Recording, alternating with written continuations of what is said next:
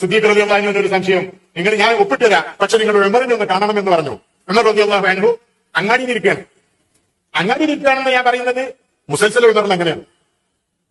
അപ്പൊ മുസൽസൽ ഉമർ തെളിവാകുമെന്നുള്ളതാണ്. അതൊരു വലിയ വ്യതിയാനമാണ്. ഈ പ്രസംഗത്തിൽ പരാമർശിക്കപ്പെട്ട മുസൽസൽ ഉമർ ഏതെങ്കിലും ഹദീസ് കിതാബോ ചരിത്ര ഗ്രന്ഥമോ ആണെന്ന് കരുതിയെങ്കിൽ നിങ്ങൾക്ക് തെറ്റി. നല്ല ഒന്നാന്തരം സിനിമയുടെ, അതല്ലെങ്കിൽ ഒന്നുകൂടി മയപ്പെടുത്തി പറഞ്ഞാൽ ഒരു വെബ് സീരീസിന്റെ പേരാണ് പറഞ്ഞത്. അതായത് മഹാനായ ഉമർ റളിയല്ലാഹു അൻഹുവിന്റെ ചരിത്രം പറയുമ്പോൾ തെളിവായി ഉദ്ധരിച്ചത് ഇദ്ദേഹം എന്നോ കണ്ടുവെച്ച ഒരു സിനിമയിലെ രംഗമാണെന്നർത്ഥം. ഇത് കണ്ടപ്പോൾ എന്റെ ചെറുപ്പകാലത്ത് കേട്ട വെള്ളിയാഴ്ച ഇറച്ചി വാങ്ങാത്തവൻ ദീനുൽ ഇസ്ലാം എന്ന് പുറത്താണ് എന്ന ഹാസ്യ ഡയലോഗാണ്. അതെങ്ങാനും ഇദ്ദേഹം കേട്ടിരുന്നെങ്കിൽ അത് തെളിവായി ഉദ്ധരിച്ച് വെള്ളിയാഴ്ച ഇറച്ചി വാങ്ങൽ ഫർളാണെന്ന് ഫത്വ കൊടുത്തേനെ. എന്നു മുതലാണ് അള്ളാഹുവിന്റെ പരിശുദ്ധമായ ഖുർആനും മഹാന്മാരായ ഇമാമിങ്ങളുടെ കിതാബുകളും മാറ്റിവെച്ച് സിനിമകൾ തെളിവായി ഉദ്ധരിക്കാൻ നിങ്ങൾ തുടങ്ങിയത്? ഇതാണോ നിങ്ങൾ വിഭാവനം ചെയ്യുന്ന ക്വാളിറ്റി എഡ്യൂക്കേഷൻ കൊണ്ട് ഉദ്ദേശിക്കുന്നത്? ഇതുകൊണ്ടൊന്നും തീർന്നില്ല.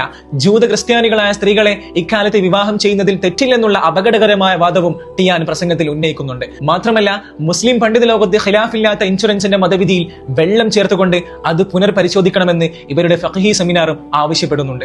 എങ്ങോട്ടാണ് ഈ സമൂഹത്തിന്റെ പോക്ക്? ഇതൊക്കെയും ഇസ്ലാം ലളിതവും സുന്ദരവുമാക്കാനുള്ള നെട്ടോട്ടത്തിനിടയിൽ സംഭവിക്കുന്ന ചെറിയ വീഴ്ചകളാണെന്ന് ഓർക്കുമ്പോൾ ഒരു റിലാക്സേഷൻ ഒക്കെയുണ്ട്. ഇസ്ലാം സുന്ദരമാണെന്നത് ശരി തന്നെ, എന്നാൽ ഇസ്ലാം ഒരിക്കലും ലളിതമല്ല. ഇസ്ലാമിന്റെ നിയമങ്ങൾ അതിസങ്കീർണമായതാണ്. ഒരു യഥാർത്ഥ മുസ്ലിമായി ജീവിച്ചു മരിക്കാൻ ഇസ്ലാമിലെ ശരിയാത്ത നിയമങ്ങൾ, കോംപ്ലിക്കേറ്റഡ് ആയിട്ടുള്ള ശരിയാത്ത നിയമങ്ങൾ അംഗീകരിച്ചേ മതിയാവൂ. അതുകൊണ്ട് ആരും തന്നെ ഇസ്ലാം ലളിതമാക്കാൻ നെട്ടോട്ടം ഓടേണ്ടതില്ല. ഇത് പുതിയ പ്രത്യയശാസ്ത്രമാണെന്നും നല്ല വ്യതിയാനമാണെന്നും അവകാശപ്പെടുന്നവർ ഒരു കാര്യം മനസ്സിലാക്കേണ്ടതുണ്ട്. വഹാബിസം ഉമ്മത്തിന്റെ ഈമാൻ വഴിപിയപ്പിക്കുന്നത് പോലെ ലിബറലിസവും മുസ്ലിം സമൂഹത്തിന് ഭീഷണിയാണ്. അതുകൊണ്ട് കൂടുതൽ ഡെക്കറേഷന്റെ ഒന്നും ആവശ്യമില്ല. വാഫിസം സുന്നി സമൂഹത്തിന്റെ ആദർശം കാർന്നു തിന്നാൻ വന്ന പിയച്ച പ്രത്യയശാസ്ത്രം മാത്രമാണ്.